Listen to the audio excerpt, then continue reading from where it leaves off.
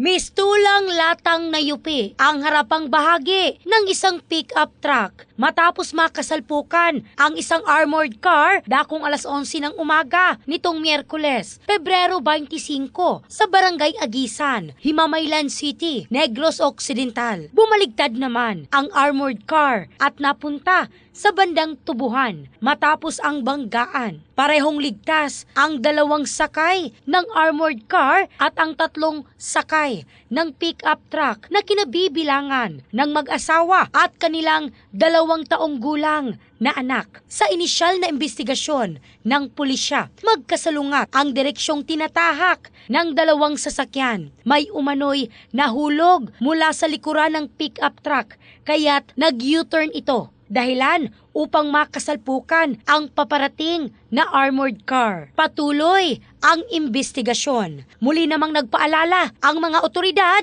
sa mga motorista na laging mag-ingat sa pagmamaneho at sumunod sa batas, trapiko. In the heart of changing lives, ako si Michelle Craste ng Brigada News Philippines, the Music and News Authority.